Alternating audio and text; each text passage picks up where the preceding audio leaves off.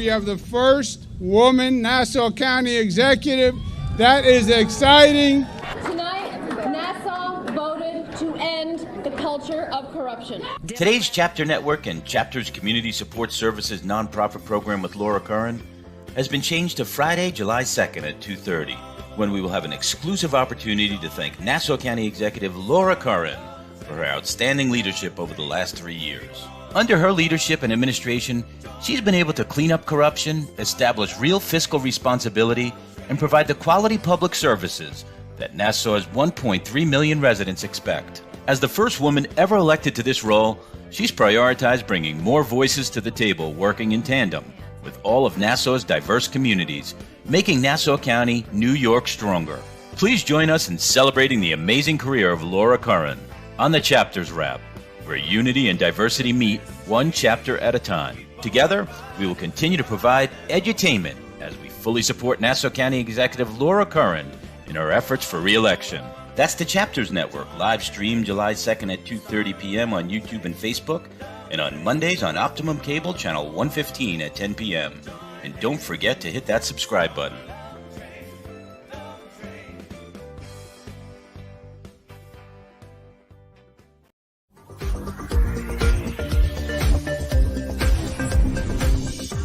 In our next segment of Kick Unhealthy Relationships to the Curb with author Stephanie McPhail and psychologist Steve Vaccaro, this week's special guest is Whitney Wiley, founder and chief evolution officer of Shifting into Action.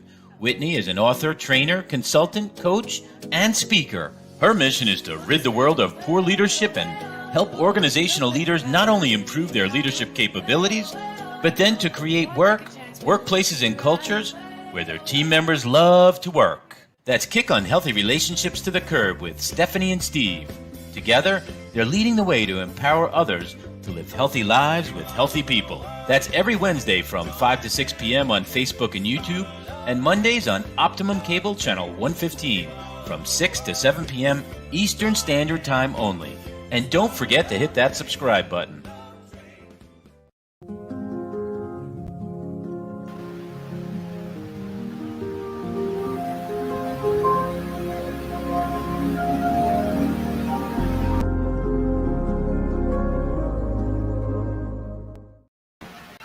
Hey, Steph, how are you? I am good. Have you been in the sun? Have you been getting some vitamin D? Yes, I have. It's been like 100 degrees out here the last couple of days, and the lighting is good, so it makes me look a little darker. And I'm actually trying to eat a little healthier, too. I'm getting ready for it. It's 5 o'clock. Look, little yogurt. Look, nice. I have pepper.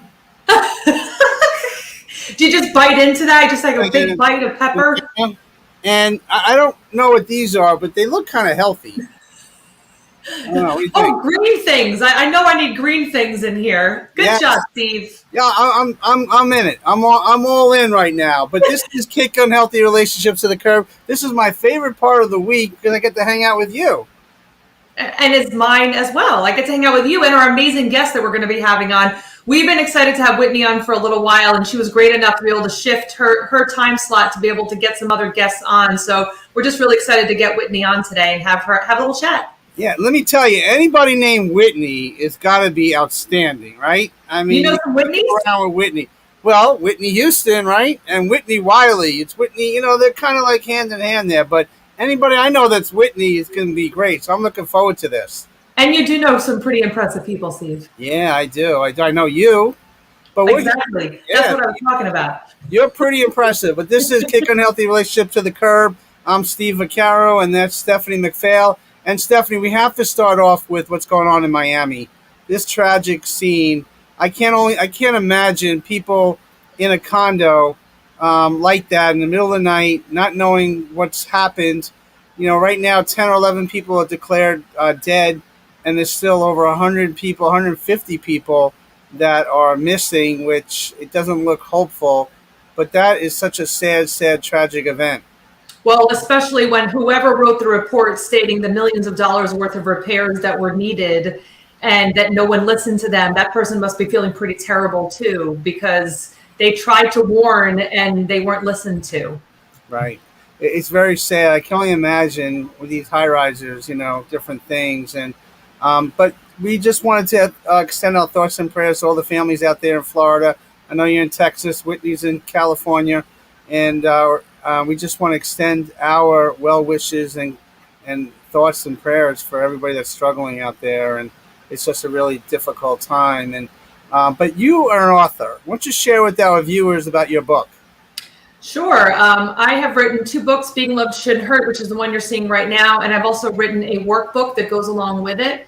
And I basically just share my story of overcoming toxic relationships and share the stories of 3 other people who have not only overcome toxic relationships, but are now thriving and living their best lives in happy relationships. So I think it's a real inspiration to let other people know that if they are struggling right now in a toxic relationship, and even if that's all they've ever experienced, it is possible for them to live that life and create that dream and make it into a reality. So if you're interested in purchasing it, you can go right to Amazon and you can purchase both the book and the workbook and have them for you to go through. It's an easy read. It's meant to be quick and easy. One of the things that clients tell me all the time is, and when I was a teacher, they would tell me this too, I tend to say things in a way that's easy to understand. I don't need to use big fancy jargon. I don't need to use, all these other things. It really comes down to the point of what can you specifically do, no matter where you're at, no matter how long you've been dealing with this, what can you specifically do to heal? Well, I know you're in Texas right now. You're in New York. And let me tell you, there's a lot of unhealthy relationships here in New York. So I keep your book right on the other side of the car because I could pick them out just like that. And I go to your book and I know what I need to do next. So it's a great book. But you know what? Bat Boy, I'm a producer of this play called Bat Boy. It's a Yankee kind of thing. But what's great about this is that we give back 100% of all the proceeds to various nonprofit organizations. So we're going to be at the Boys and Girls Club in Kips Bay in the Bronx on July 20th, the Boys and Girls Club of Mount Vernon on July 22nd, Arts in the Plaza in Long Beach on August 7th, and then the Argyle Theater in Babylon August 8th, and then the Yogi Berra Museum in New Jersey on August 13th, and the Babe Ruth Museum on September 15th in Baltimore, Maryland. And again, we do this little tour. It's about Yankee history, and we really do a good job. We've had sold-out crowds before the pandemic, and again, all the proceeds go back to various charities. And I heard a little birdie tell me you're going to be in New York, and we got to hook you up with some tickets and a book signing. What do you think? That would be awesome. I would love to be able to do that. I'm going to be visiting New York in the middle of August, which is next month, really, because like tomorrow is July 1st. I don't know if that's blowing anybody else's mind as much as it is mine, but we're halfway through the year already. And yeah, next month I'll be visiting New York and being able to see some of my friends that I didn't get to see before I left, because I left during the pandemic. It was hard, like the peak of the pandemic, hard to really get to say my goodbyes. So it's not a goodbye. I'm just coming to say hello to everybody and hang out with some friends and have a good time. And of course, hang out with you, Steve. Yeah, this is going to be great because we've only actually done one show together live. We've been doing this computer thing, and every time I put it on the computer, you pop on there. So I just happened to do it again. But we're going to do another show live somewhere, somehow, at some place with your book and what I do together again. I can't wait. It's going to be exciting. This is exciting stuff. You make things happen, Steve. That's just what you do. Well, we do that together because you're bringing Whitney to the show tonight. I can't wait for that. But, hey, Stephanie, what do you think about this? Look at this right now. You can't just give up on someone because the situation is not ideal. Great relationships are not great because they have no problems. They are great because both people care enough about the other person to find a way to make it work. Do you agree with that? I felt a little bit of in there because I feel like, yes, there are some ups and downs in relationships, and yes, you have to learn how to communicate. So that's 100% true, that part. Being able to communicate assertively, speak your mind, all that kind of stuff, yes. But if anyone is watching this and they're like myself, I would have read something like that when I was in toxic relationships, and I would have thought, I need to do whatever it takes to make this work. Instead of thinking, coming from the perspective of all relationships are hard and they all take a ton of work, I've been married now it'll be 6 years actually in a few weeks. And it's not hard. it's not hard work. It's not like there's this constant discussion of the relationship. There's communication. There's talking about thoughts and feelings and needs and all that kind of stuff. But 6 years in this relationship is like a breeze, where in my first marriage, every year was like pulling teeth. I mean, it was like, I felt like I had lived 30 years in a 5-year span, because it was always work. It was only work, because I thought, well, relationships take work. You need to make it work. But I was the only one trying, which doesn't work out either. And getting your teeth pulled is not fun. I have to go to the dentist tomorrow, so I mean, it's going to be painful. Slow. I put it up tomorrow because our show's today. Otherwise, you'd have to find another partner. But I couldn't do that. But that is true. But there's a good show on TV that we've made a moment every show that we do. It's called Family Feud with Steve Harvey. I'm Steve Vaccaro, so I'm going to play a little Steve Harvey right now. But this question is kind of like what we're talking about: what marriages work and how do they work. Let's check it out.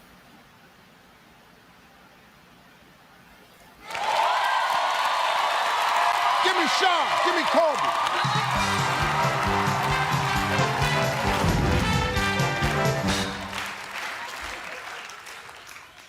I don't know what y'all just did. I was trying to focus on this card. Top 7 answers on the board. We asked 100 married men, if you want to have a good marriage, name something you and your spouse should do every day. Sex. You better, man, I wish, yes, sex. Talk to me. Charles. Pass or play? We'll play. Corby? Yes, sir. How you doing, buddy? I'm doing great. Good. What do you do? I am a children's pastor. You just pastor kids? I do. Yeah. That's about the level I'd have to go in. I didn't know you could just go be a kid's pastor. I'm a big kid myself, Steve. That's pretty good. Well, let's play the game. 100 married men, if you want to have a good marriage, name something you and your spouse ought to do every day. You need to kiss, Steve. You need to kiss every day. Mr. Dwayne, 100 married men, if you want to have a good marriage, name something you and your spouse ought to do every day. Communicate. Communicate.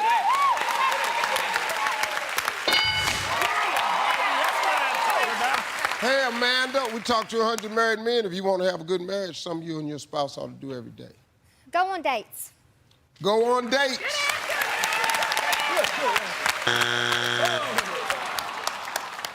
Marty, what do you do, buddy? I'm a blessed man. I've got a wife, 3 beautiful children. My middle son has autism. The doctors told him, an expert said that he may never talk or learn in school, and he has graduated high school last year. That's because they don't know. God has a different plan. They don't know. That's right. People don't know. That's right. All right, Marty, if you want to have a good marriage, name something you and your spouse And should do every day. psychologists say that you need to touch each other. You need to touch each other. Yeah. We need to touch. All right, Corbin, 100 men. If you want to have a good marriage, name something you and your spouse should do every day. You got 2 strikes. You got to be careful. Mariano family can steal. Steve, I'm going to say that you need to eat together. Eat together. Eat together.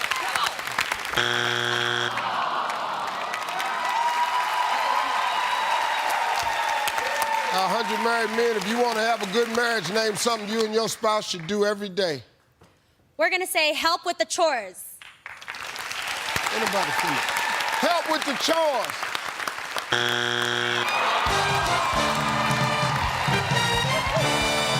Number 7.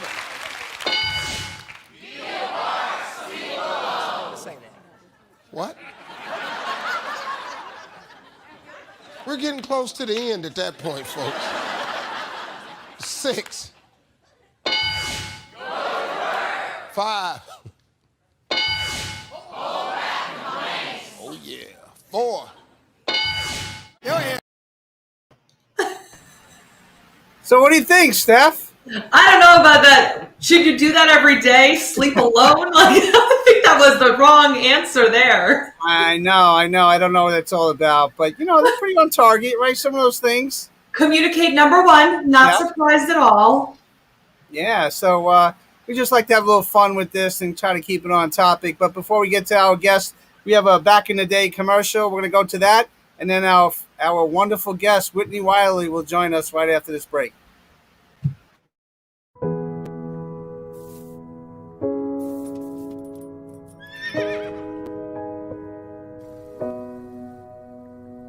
When I wake up, well, I know I'm gonna be the man who wakes up next to you.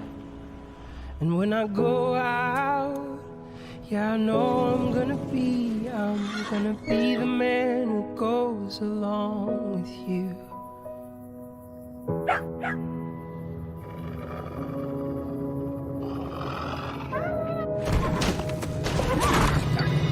I would walk 500 miles, and I would walk 500 more, just to be the man who walked 1,000 miles, to fall down at your door.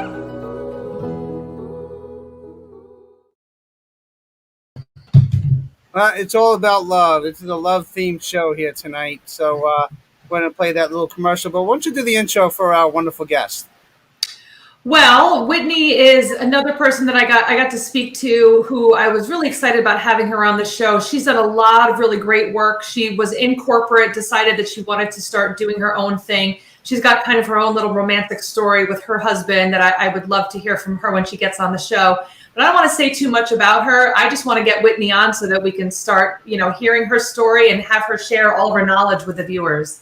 All right, Whitney, welcome to Kick Unhealthy Relationships to the Curb, all the way from the West Coast. How you doing today? I'm great. How are you today? That's great. Two things I got to say. First of all, I love your name, Whitney. It Well, doesn't thank you. doesn't get better than that. And I love that hat. I mean, where'd you get that hat in that picture? It was a gift from one of my sisters. All right, that's a great picture. That's a great Oh, picture. thank But you. Thank you. talk about a little bit what you do. Share who you are to our viewers. So I'm an organizational leadership and employee development strategist, and basically I am working with organizations and individuals trying to pull together people that create workplaces that people love to work in, and people connecting them with work that they love, doing something that matters to them. It's meaningful, it lets them feel fulfilled, and contributes their gifts and talents to the organization that they're working for, or if that can't happen for some reason, helping them transition to working for themselves. So sort of the path that I took, and sharing the lessons that I learned along the way. Right. And how has the pandemic affected you from the onset throughout and now? First of all, I hope your family's healthy and safe and all that. But how the work that you do, did it affect it greatly? I would say that the pandemic actually has been a net positive for my business. I worked in residence. I say in residence. I have an office in my home. I worked from home before the pandemic. And so when the shelter in place orders came, I didn't have a lot of pivoting to do for that. The biggest thing that changed was no in-person events. So it wasn't speaking outside of my home or anything. And I just started doing more things virtually. And that actually increased my visibility and has resulted in more business. So for me personally, it has, that aspect has been good. My family is good. Everyone has gotten through, and people are getting vaccinated or not, and then continuing to protect themselves as they see fit. Right. And how did you get caught up with Stephanie? We are in groups together, right? So we're out there looking for each other is basically how that happens, in groups, and just paying attention to what people need. And that was one of the other things that I made a conscious decision during the pandemic, not to worry about revenue, right? Not to worry about whether or not I was going to get paid, not knowing how things were going to shift, and just said, I'm going to give. I'm just going to give back. And so that's the approach that I've taken. Anytime I see someone who needs something, I am there offering to help. I love collaborating, being in partnership with people. So reaching out, saying, how can I be of service to you? And that has worked out really well for me.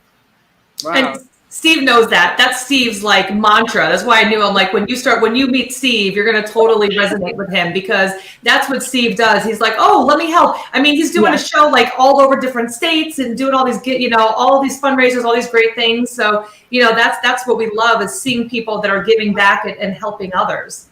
Absolutely. And was one of the things that made this appealing, right? You talked about an opportunity to give, not just my knowledge, but financially as well. And so I appreciate that.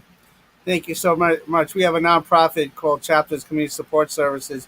And basically we have a platform to help other advocates to kind of bridge that gap. So we love that you're on the show and supporting our effort. Well, thank you. And Stephanie, when you first met Whitney or started talking to her, something must have stood out, right? Well, I feel like I remember kind of a romantic story with your husband. I would love to be reminded of and share with our viewers that cute story. Sure, I'll share that. It is, so I met my husband in 1980. It was the summer after I graduated from high school, and he had just been drafted by the San Antonio Spurs, and he played basketball with my brother at Long Beach State. And so one day we're out in the quad, my brother introduces us, and sort of sparks flew, and we dated for about 2 years. But I was young, he was in the NBA, and I'm going to leave that part at that. And so years later, we both went off, had families, made families with other people. And then in 2010, I had gone through a Bible study at church. It's called Loving Well by Beth Moore. And part of that was just understanding what love is about. Love, all kinds of love, not just romantic love, but love in general, and in particular, love between you and God. And so at the end of the 4-week session, for whatever reason, my husband's name just dropped into my consciousness. I hadn't thought about him for years. And so I was like, well, I wonder what I'm supposed to do with this information. I was not a member of Facebook at that time. So I created a Facebook page for my dog named Einstein so that I could go look. I didn't know how it worked, and I didn't want anyone to know I was checking them out. So Einstein had a Facebook page, and I tried to find it. My husband's name is Michael. I tried to find Michael, and there were too many. There were just too many Michael Wileys. And so I said, let me try LinkedIn. I went to LinkedIn. There were 5. Made it a little easier to narrow it down, but there were no pictures, and I still didn't know. So I just threw a dart at one of the names that I thought could possibly be him, sent off a message inside of LinkedIn, and then didn't hear anything back. I was like, well, I guess I got the wrong one. Went on with my life, and a couple of months after that, I'm in my office, and the receptionist calls up and says, I have a Michael Wiley on line 1 for you. And I've had this heart palpitations. I don't know why. I, again, hadn't thought about this man in years, and got on the phone. He sounded exactly the same. We had a conversation. He had just moved to California. And so we talked on the phone for a couple of months, and then he came up to visit, and the rest is history. So we got married in 2012, been married 9 years now. Wow, that is a great story. That is great. My heart is going like this now too. I can feel it. I have tears in my eyes just hearing the story. I'm like, thank goodness you listened to your instinct and listened to that, download and actually reached out, and the fact, so he didn't even just bother sending you a message back. He was like, oh no, I'm calling this girl. This girl, she was thinking of you too, because he's like, let's get her on the phone. I guess so. Let him tell the story. The way he tells the story, he's like, I always knew we would get married. You were just too impatient at the time, and I had other things to do. So, he went on, did his other things. He played in the NBA for a couple of years, and he went and played overseas.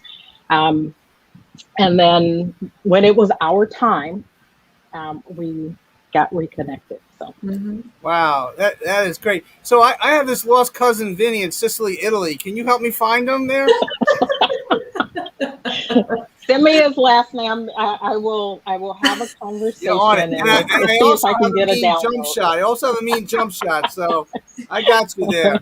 But that's such a beautiful story and determination. And when you had that moment, that must have been life-changing right there, right? It was. It was really interesting. We had that first conversation on the phone, and then when he came up to visit, that was interesting. But the moment that I sort of knew something really, really was going to happen was when he came to visit, and he was in Sacramento. At the top of the escalator, there's an escalator, and you come down the escalator to ground transportation. I'm one of those people, if you're coming to visit me, I park my car, I get out of my car, and I come and get you. I don't wait for you at the curb and, drive around in circles for 100 hours. So I got out of the car and I'm waiting, and I see him at the top of the escalator. And it was like nothing had happened. Like at that point, it had been 30 years since we've met. Wow. So, yeah. That is awesome. That is such a great story. Now I know why Stephanie wanted her to tell that story. Right? It was just like, it was one of those things like, not even slightly to that extent, but today I was talking to someone who actually is going to be on our show in a few weeks, and I have no idea why, and I don't question this anymore. I just follow whatever the instinct is. But suddenly I found myself talking about a guest that we had on the show 2 weeks ago. And I went into a little bit more detail than I normally would have at all. And then she was like, oh my gosh, I know someone that we need to connect them with, and blah, blah, blah. So it became a connection for those two other people to connect. And not even like, it was such a great, and it's someone like in the music scene in the Houston area. And this guest is also in the music scene, and they're both doing mental health awareness. And I'm like, oh yeah, these people like have to connect. So it's just cool when those things happen. You just listen. And you do. And again, there's times where I reach out to people. Like I had a friend of mine yesterday. I hadn't talked to her in a few weeks, and I kept hearing like her name kept popping up in my head. And yesterday, my husband just happened to reach out to her, and she was like, "Oh, I'm going through a divorce." And I was like, "Bam! That's why you kept." I just hadn't had a chance to send the message yet. I knew something was going on. I just didn't know the extent. So it really is amazing when you're tuned into your intuition. And it's one of those things that we can develop, right? And it is, I think people think, oh, that's something other people have. And in reality, it's just the more you listen, the more you're led, and the more you follow, the more you're led, and then can learn. And it's sort of a cycle, right? Mm-hmm. And so it's not so much that some people are just gifted that way. You can actually develop the tool and listening to your heart and your intuition.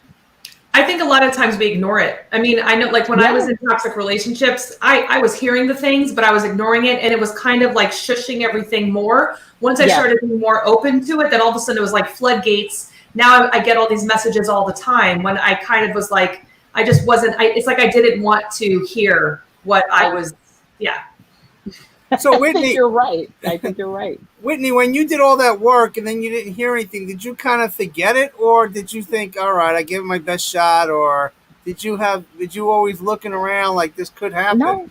No, I honestly had just sent it off, thought, well, maybe this is him and we'll see what happens. But I honestly didn't think about it again until the phone call came when I was sitting in my office. Well, maybe there was a moment I was like, he didn't respond, and I didn't know if it was because I didn't have the right person or what. So I have learned, in addition to listening to myself, not to beat myself up about things that I can't control. And that is something that I took out of, Stephanie had mentioned earlier about her first marriage and my first marriage. That was something that I had to learn. I can't control other people. Right. I can't control what they think, what they do. how they feel. All I can do is the best that I can do, and then trust that I am doing the right thing, because that's what my intent is, right? And so I have learned to let things go. Wow. This is Kick Unhealthy Relationships to the Curb. We're here every Wednesday at 5 p.m. Eastern Standard Time. I know Stephanie's in Texas, so it's 4 o'clock. Whitney's in California, so it's 2 o'clock. I got to figure this all You're out. doing good with this, Steve. I'm actually pretty I have impressed. it written down. It's impressive, right? And you know, it's funny because Stephanie and I do have a healthy relationship, but we did one show together in New York, and then the pandemic hit, and then she moved to Texas. And I'm thinking, oh no, what's going to happen to this show? But this show has really kept us connected, and you know, we've been friends from a distance, so that connection will always be there. So when you kind of reconnected, that must have been a wonderful experience after all those years. It was really good, and when he made the decision to come to Northern California, because when he came to California, he'd moved to Southern California, which is where his home was and where we met. And so at some point, he'd made the decision that he was going to move up north, and we were going to give this relationship thing a try and not try to do it long distance. And so it was special. I don't want to sound sappy, but it was magical, and it's still good. Looking forward to lots and lots of years. That's wonderful. And I just say, like, you talking, the beginning of when you came on versus you talking about your husband, I see the glow. And so, like, 9 years, I just see the glowing, like, oh, Mike, I just see that. And I love being able to see that in people, because, it's sad to me, because that's how I feel when I talk about my husband. And I think it's so sad to me when I see people that are in these relationships. Yeah.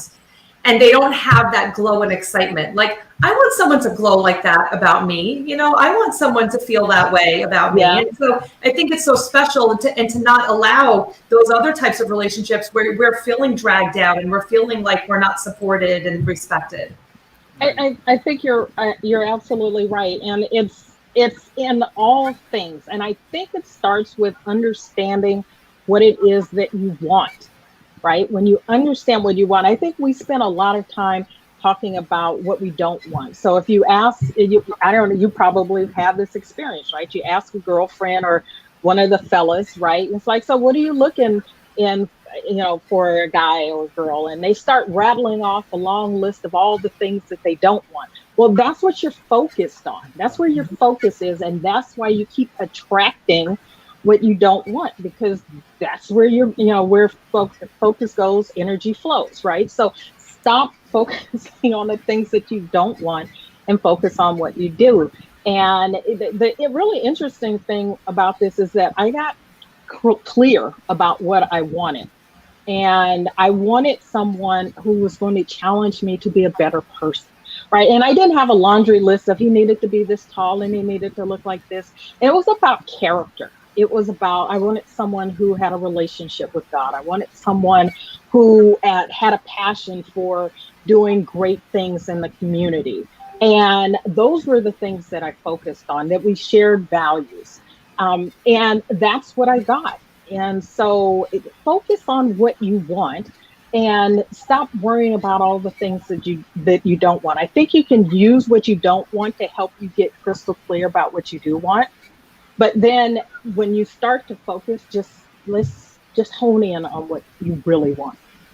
Right. It's like what they say, like if you're worried about getting into a car accident, don't focus on the pole or whatever it is you're going to hit. Focus on where you want to go, and that way you'll go in that direction. And I think that's a great example of what you're talking about. Like, okay, it's there, but let's pay attention to the direction that you actually want to go in. Absolutely. I had a client today that we were talking about being negative thinking and positive thinking. Mm-hmm. And he had said that he thinks negatively all the time. And, if you think that way, things are negatively going to happen. If you think it's kind of like the same thing. But Whitney, what's the secret to establishing rapport with the folks that you work with?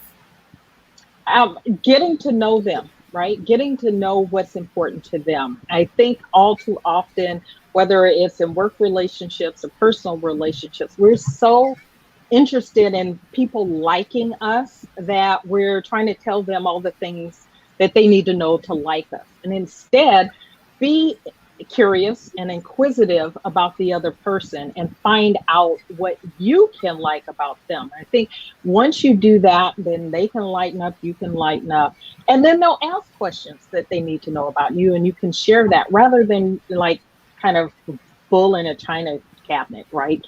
Just like, here's all the great things about me that you should, and the reasons that you should like me. Just focus on the other person, and you'll have an opportunity to share about yourself. Right. Yeah, like I'm worthy. I'm worthy. Look at all the things that I'm worthy for. Like that's not a great way to start a relationship. Now, Steve, I don't know if you know this, but Whitney is also a writer. Quite All right.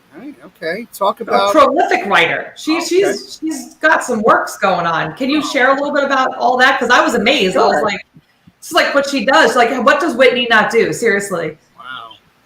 So I do. I write every day. I love writing. I love communicating. It was something that I didn't actually think that I was good at for the longest time. I didn't think I was very creative or artistic. Very left brain, logical, analytical. I studied applied mathematics at Berkeley. That was my thing, right? I'm that girl. And so I didn't write. I didn't like to write. I think I didn't like to write because I didn't like to read. And reading changed for me when I went to law school. You cannot get away from reading in law school. And there was a lot of writing, not very creative, but it was writing nonetheless. And then my job as a lawyer and a lobbyist, more writing. And somewhere along the way, I just decided that I wanted to explore my creative side. And so I just started writing things that I was feeling. I had been a journaler for a while, and I started sharing some things that I had written in my journal that weren't necessarily super personal about me, but insights that I was having, lessons that I was learning. And as I was sharing them, people were like, "Oh, that's really good. I love the way you shared that, communicated that." And then I got, through some things that happened, I got an offer to author a column for a magazine called The Docket for the Association of Corporate Counsel.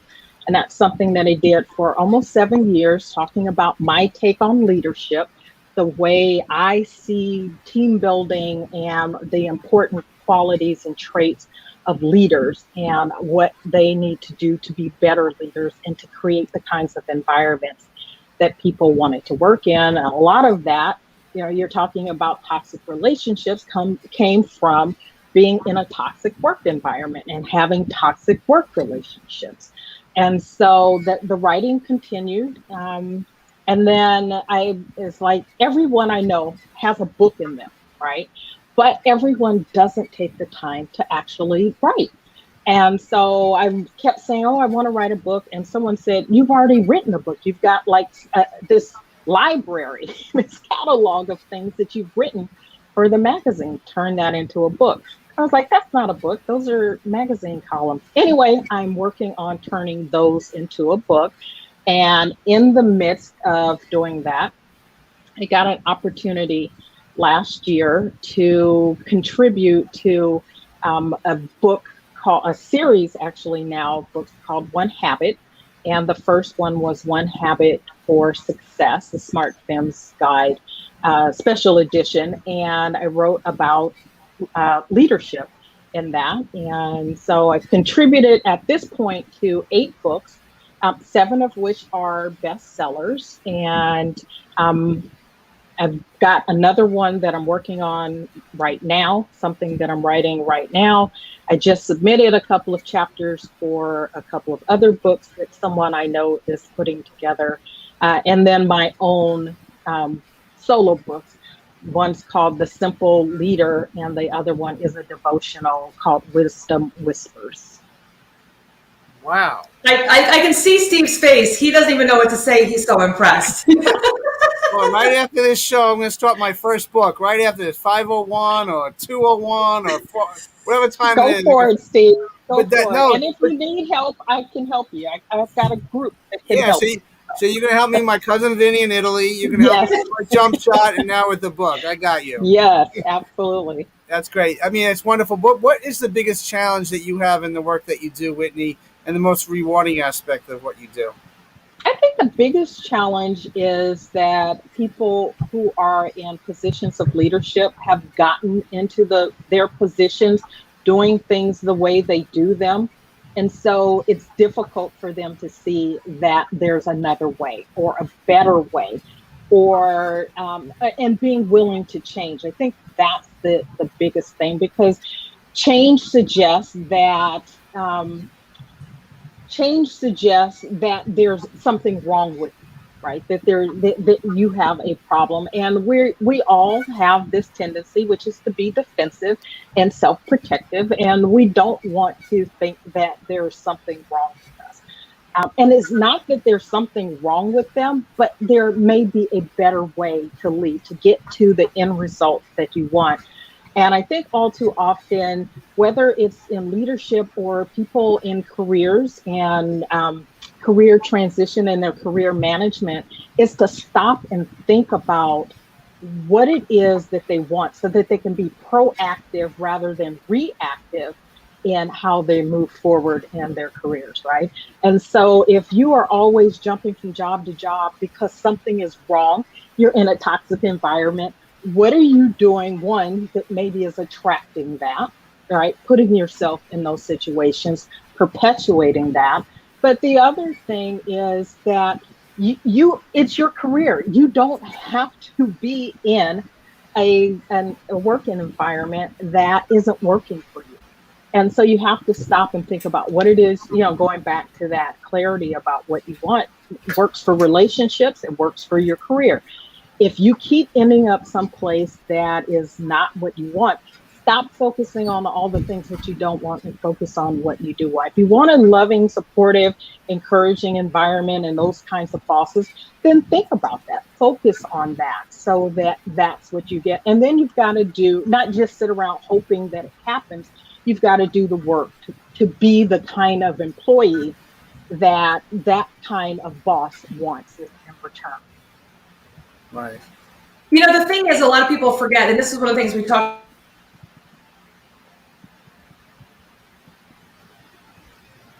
I think Stephanie froze up there. She did. She'll come right back. Oh, we lost you for a second. There we go. So it's work, it's food, it's all of these different things that we can have these unhealthy relationships with. And there's a lot of people, again, like you're talking about the pandemic, you didn't really have to shift that much, but a lot of people went from toxic work environments to now working home. And at home, for those people, now they're going into a toxic work environment because home is toxic and work was their escape, or the other way around, And so it's really interesting that, people forget that. They forget that they can actually love what they do. Like Monday comes around for me, and I look forward to Mondays because I love getting to do what I get to do every single day. So I think, who would be your ideal, your avatar, like your ideal person to work with and really helping them craft and like really understand what it's like to have that ideal type of work, environment? So my ideal avatar would be someone, or ideal client would be someone who is in a field maybe that they enjoy, but they feel disconnected to what brought them to that in the first place, right? They are, and it may be the environment, it may be the boss, it may be that that's not the area for them anymore.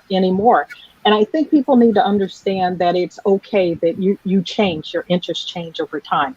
But it would be someone who is feeling like they are not giving, they are not utilizing their talents and their gifts in the way that they had envisioned. And that it is someone who is willing to put in the work to make the shifts that are necessary to figure out what that is. And so I generally work with professionals, lots of lawyers. I come from a background as a lawyer and a lobbyist and connection with the largest in-house bar. So a lot of my clients come from that arena, but they generally are professionals who are looking to make a change in their career of some sort, or are looking to shift altogether and become an entrepreneur. Wow. And do you think after the pandemic, a lot of folks were working from home, and then they were working, kind of like a couple of days from the office now. Do you think the whole work environment is going to change forever? We're going to go back to where we were before? And how does that change in relationships with colleagues and bosses and things like that? What's your thoughts on that, Whitney? That's a really interesting question, and it's something that I'm putting actually a lot of time and attention into thinking about and working through, because I see a couple of different things happening. But before the pandemic, I just want to sort of set this up. Before the pandemic and people, shifting to work from home like overnight, employees were begging, right, their employers, their bosses, to allow them to telecommute a couple of days. And for the vast majority of jobs that could happen in, there was no leeway. And then they were forced to, and they say, okay, go and do that. And so what I'm seeing happening now is either companies that are saying, it's worked for us, we're actually doing better, our employees are doing better than they were before the pandemic, so we're okay with continuing this. And then the other side is, no, you need to get back into the office. And without any acknowledgement, I think that it worked well or okay, or maybe there were some tweaks. And it seems to be more about what's the comfort level of leadership rather than what is serving the needs of the employees. But at the same time, there are some, I've got clients that have said their employees feel disconnected. And in those cases, you just have to make more of an effort to make sure that people are connecting. And now that things are opening up, maybe the connection doesn't have to be at work, right? It doesn't have to be in necessarily the work setting, but people want to foster relationships. They can foster them any way they want to. I think the real challenge, though, is going to be for those workplaces that are saying come back 100%. A lot are going to do a hybrid where you're in the office 2 or 3 days a week, so that there can be some sense of team and camaraderie, so that you can build relationship. And then there are going to be those that are going to probably stay. So I think it is going to change. It necessarily has changed.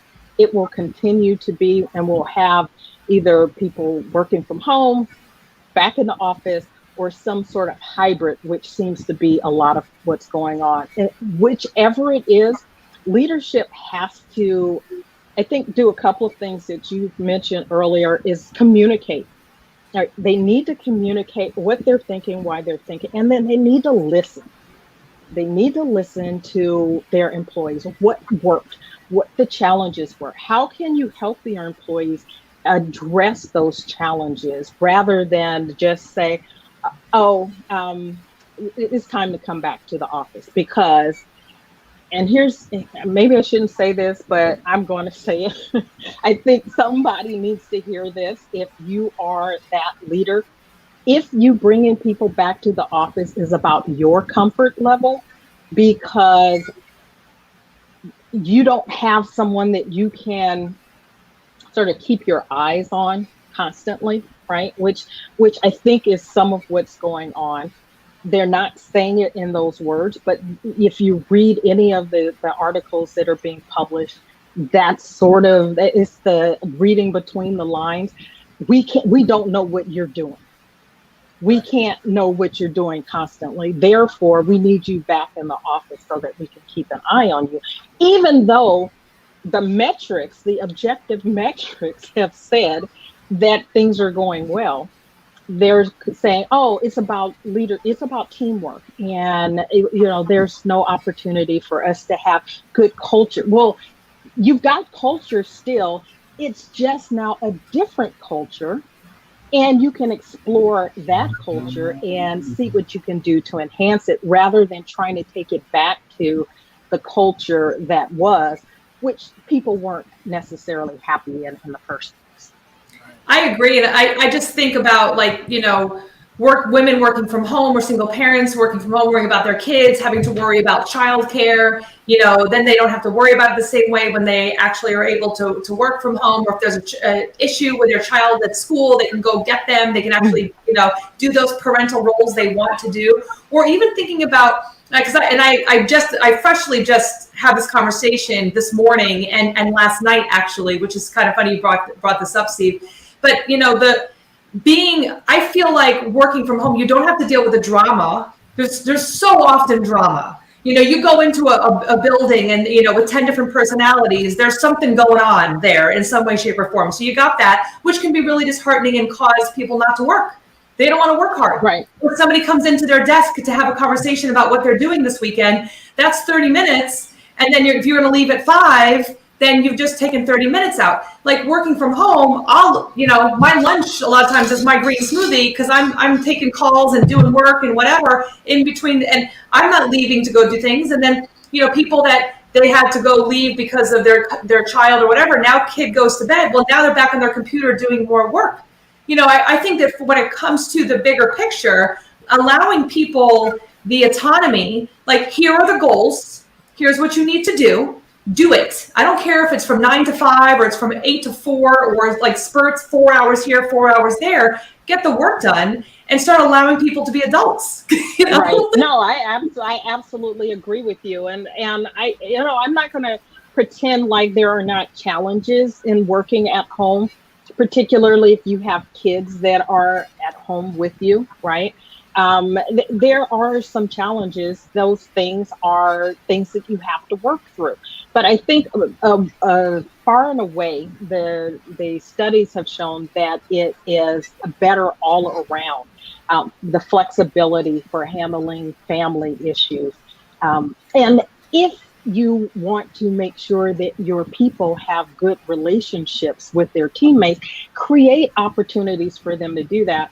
I'm going to say that a lot of what I have seen is that team building usually gets a day, maybe 2 days out of the year. There's a retreat or something. You may go away if you're lucky. If not, it's something that's done in the office.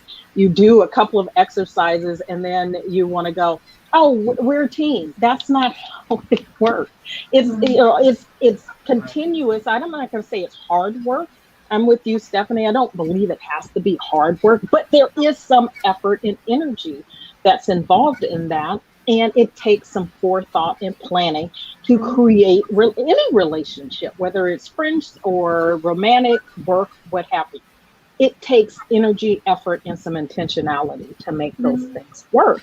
And you've got to be willing to do that. And so just because people are in the office doesn't mean those things are happening. Yes. And I have a team of people now, and that was one of the trainings I was on this morning, was the suggestion of what are you doing for that community in your team? So, virtual happy hours, reading books together that you're all can, talk about it while you're doing your daily meetings, or, game nights or things like that. I mean, some of the things feel kind of silly, but they're the experiences that you all can remember together that builds the community and helps you really be a team. I think that's the key word right there. Sorry, Steve. Let me just say this. It is experiences. Create experiences for the people in your organization, on your team. That's way more important than just having them in the office for the sake of having them in the office. See, Steph, I just had an aha moment right here, because we've been doing this thing virtually and we don't have any drama. Is it because you're home and I'm home? Is that why this is working? It's because we have really good communication, Steve. Okay. That's what I thought. I was just fishing there a little bit. But Whitney, unbelievable work that you're doing. So much great experience. I know an hour flies by. We're going to have to get you back on the show again. But real quick, would love that. What makes a good leader in the workplace? What makes a good leader? Real quick. So I think what makes a good leader is being a good person. If you are a good person, you can be a good leader. And the understanding that leadership is not about your title, and it's not about you. It's about the people that you are leading. It's about the people that you're serving. And I am a big proponent of servant leadership. trained in Jesuit philosophy of leadership. Leadership is about love. And so if you love the people that you are serving and leading, you'll lead well. The way to do that is to be a better person. Wow, that's wonderful. Well, you're a great person. How can people contact you? I know we have the website on the bottom there, but how can they reach out to you? So you can reach out through the website. I am readily accessible on LinkedIn, and so you can find me there. And I have a group called Dream Job and Career Connection on Facebook. You can find me there. We're talking about it's focused on mindset and keeping you in a good frame of mind about your work, about who you are in the work that you do, so that you can love your work or do the work you love. Whitney, thank you so much. You're an inspiration to so many people. No, thank you. It was a pleasure. It was a pleasure meeting you. And since you're in California, you have a couple more hours to work to go. So keep working. No. Okay. I'm done. If you're done, I'm done. All right, that's good. I like that. That's the beauty of boundaries, Steve. Right? That's called boundaries. So boundaries. Yes. God bless. Take care, Whitney. Thank you. You too. All right. Stephanie, what an incredible person. You were just rolling out these incredible people. I don't know how you do it. I was cracking myself up as like the more things that Whitney is like accomplished, that like you look like a goldfish. You were like I know, when you brought out the books, I mean that's crazy. That's wonderful. But you know what? 4th of July is coming up, and how important is independence? Well, so this is the theme, right? I mean, we're kicking unhealthy relationships to the curb, and Whitney is talking about having that independence and great leadership skills. Here you are in front of the flag showing your independence, like really being able to have our independence from like breaking free from all those things that are holding us back. Like, let's be independent. Let's step into our power. Let's really live that life that's kind of, it's waiting there for us. It's saying like, hey, Steve, I'm over here. Let's, come get me. And for those of you watching, that life is there waiting for you to just listen to the little hints that you're getting. That intuition is telling you that there's more. Start tuning in and listening in. And Independence Day, like you're watching the fireworks. Imagine like those fireworks are for you. They're there to help remind you like, hey, this life is pretty amazing and pretty worth living. Let's go out there and live it, enjoy ourselves, have these great adventures, and really feel that strength and power that's inside of us. Yeah. I know, Steph, you said Monday is one of your favorite days, right? I'm sure Saturday and Sunday are right up there too, but what about Wednesdays?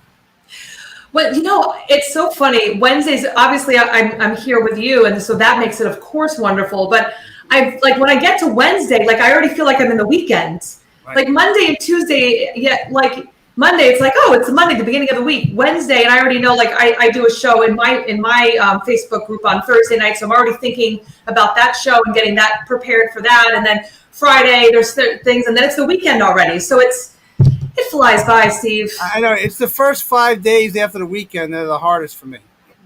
My son calls Friday Friday. So he goes, so it'll be Monday. He's like, how many days again till Friday? Sometimes he asks on Friday, how many more days until Friday? I'm like, dude, you got to appreciate the weekend first. You can't keep living in the future. Right. He's 5. He's 5. Yeah, right. Well, thank you for sharing that. But Stephanie, you're wonderful. I love your family, and can't wait till you get to New York. We have some wonderful guests down the road, and it's another Wednesday that came and went. And Whitney was a blessing to have on the show today. So thank you, Stephanie, for all you do, and happy Independence Day. Thank you. You too. All right.